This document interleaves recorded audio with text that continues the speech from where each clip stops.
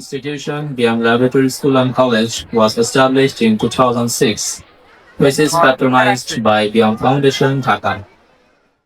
আমি আজকে মেলার সাথে সম্পৃক্ত সকলকে অনেক ধন্যবাদ জানাচ্ছি মেলাকে সাফল্যমণ্ডিত করার জন্য। বিজ্ঞান মানুষকে অন্ধকারে আলোর পথ দেখায়।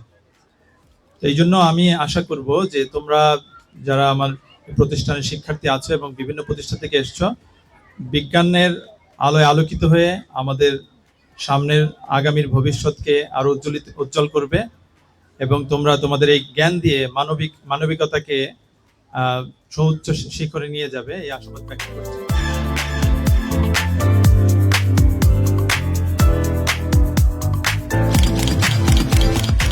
আমি নাটোরে যোগদানের কয়েকদিন পরে এই স্কুলে একবার এসেছিলাম বার্ষিক ক্রীড়া প্রতিযোগিতায়। আজকে এই 10 মাস চলছে আমার, আবার এসে আসলে খুবই ভালো লাগলো। খুবই সুন্দর একটি আয়োজন। আমরা 14টি স্টলে বাচ্চাদের উদ্ভাবনী প্রকল্পগুলো দেখলাম। এটি ভালো লাগছে জেনে যে বেশিরভাগই বাচ্চারা পরিবেশের উন্নয়ন নিয়ে চিন্তা করছে, যেটি আমাদের জন্য বেশি দরকার। আমরা চাই আমাদের দেশ এই সায়েন্সের ক্ষেত্রে বিশ্বে নাম করুক। এই যে ছোট ছোট বাচ্চারা এত সুন্দর সুন্দর প্রজেক্ট করেছে, এটা কিন্তু আমাদের জন্য একটা দারুণ ব্যাপার।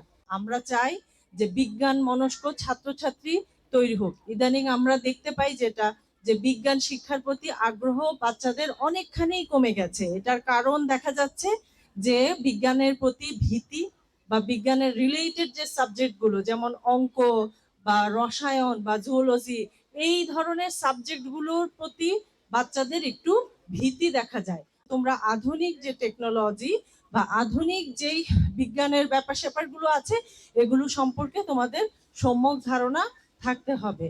তো আমাদের বিয়াম স্কুলের এই আয়োজন, এটি চমৎকার একটি আয়োজন হয়েছে। আমরা চিন্তা করতেই পারি যে এখানে যে ক্ষুদ্র ক্ষুদ্র বিজ্ঞানী আছে, তাদের মধ্য থেকে একদিন একজন বড় বিজ্ঞানী হয়তো আমরা পেয়ে যাব। এই বাংলাদেশের মুখ উজ্জ্বল করবে তারা পৃথিবীর বুকে।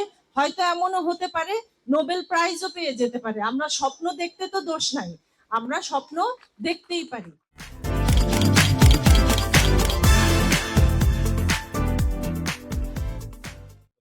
আমরা মনে করি যে লেখাপড়ার পাশাপাশি শিক্ষার্থীদের মননে যে বিকাশটি প্রয়োজন, তাদের ভিতরে যে ক্রিয়েটিভিটি রয়েছে স্যার, বিজ্ঞান মনস্কতা রয়েছে, সেটি প্রকাশ দরকার। তাদের মাধ্যমেই হয়তো জাতি স্যার একদিন আমরা ভালো সায়েন্টিস্ট বা বিজ্ঞানী খুঁজে পাবো যারা বাংলাদেশকে রিপ্রেজেন্ট করবে।